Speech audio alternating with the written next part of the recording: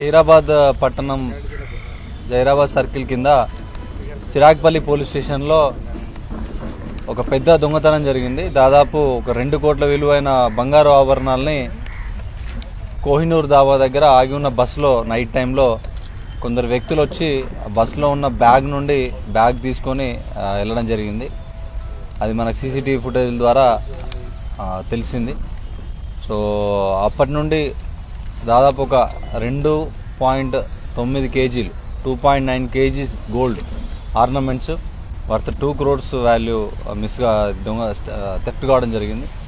So ఇమీడియట్గా Zahirabad DSP Rammohan Reddy గారు and Zahirabad town circle inspector Shivalingam, SI Hadnur, SI Chiragpalli, SI rural మరియు CCS inspector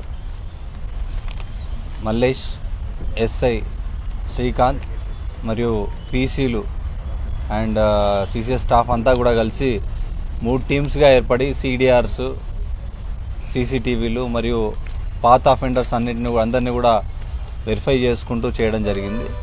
so ఈ క్రమంలో మనకి అంతా నిందితులను ఐడెంటిఫై చేసినాక మళ్ళీ ఆ నిందితులు నిన్న నైటు ఏదైతే చోరీ చేసిన బంగారం ఉందో దాన్ని అమ్మడానికి, దాంతోపాటు మళ్ళీ ఇంకో చోరీ చేయడానికి మళ్ళీ మన సంగారెడ్డి జిల్లాకు రావడం జరిగింది. ఆ టైంలో మన వెహికల్ చెకింగ్లో వాళ్ళని పట్టుకోవడం జరిగింది.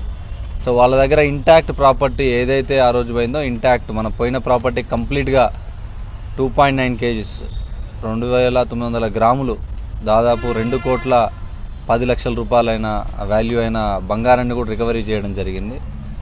సో ఇది మధ్యప్రదేశ్కు చెందిన దార్ గ్యాంగ్. ఆ దార్ అనే జిల్లాలో ఈ గ్యాంగ్ ఉంది. కంజర్ గ్యాంగ్. సో వీళ్ళ వృత్తే ఇది. దాదాపు